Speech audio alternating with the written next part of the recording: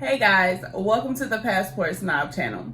If you're new here, please don't forget to hit that subscribe button below. And if you're a returning Passport Snob, thanks for coming back. We're getting so close to the end of our How to Plan a Trip 101 series, but we can't end without talking about transportation. Once you arrive at your destination, how will you get around? Well, of course, we always want to choose the most cost-effective method, so I am going to highlight some of the options you may know and some you may not, and how to effectively research the transportation where you're going. The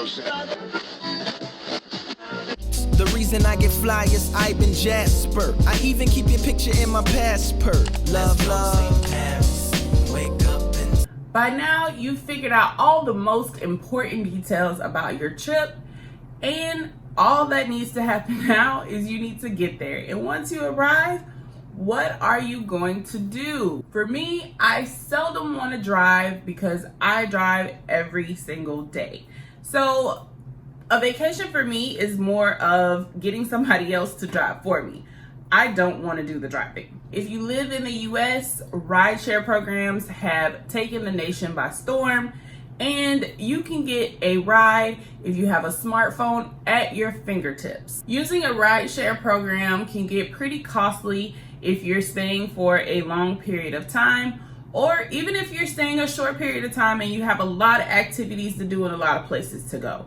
So we want to check before we go how much that's going to cost so we can stay in line with our budget, just as we've talked about before in the How to Plan a Trip 101 series. If you want to estimate the cost of how much ride sharing programs can be, I recommend doing this before you take your trip. You can actually go into the Uber or the Lyft app and you can map out your route and tell it where you want to go from destination A to destination B, and it'll give you a price.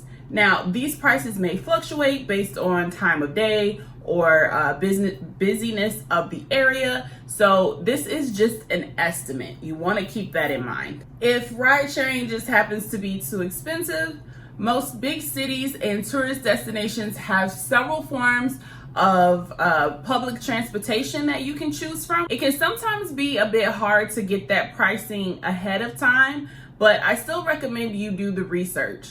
And for me, public transportation provides an added benefit of exploration on a trip. You get to see so many things that you probably wouldn't normally see on a bus or on a train. I've been entertained on a train, and I've seen some really great acts of dancing, singing. So doing public transportation can be a fun way to explore a city that you go to. So I definitely recommend checking that out as well as an option for transportation. For those of you who don't mind driving while on vacation, there's always the safe way of car renting. You have traditional car rental services like Hertz or Enterprise. There's so many more out there, but one that I want to share with you that may not be so familiar to everyone is Zipcar.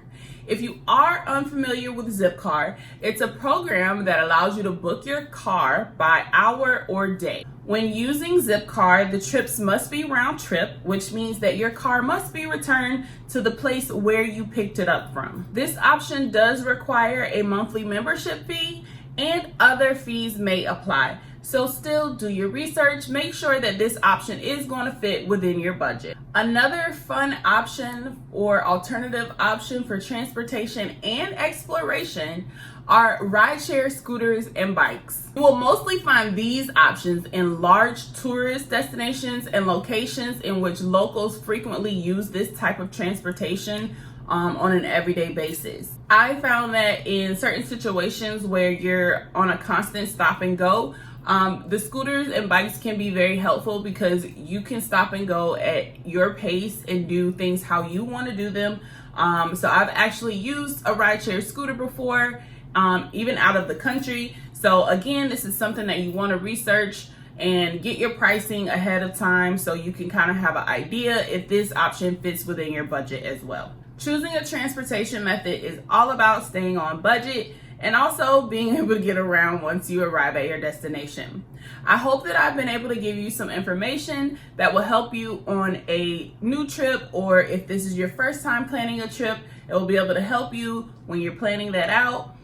If so, please don't forget to subscribe, hit the notification bell, like, and share. And as always, if you're on any of the social media platforms below, follow us and watch out for more content, trip tips, tricks, and more.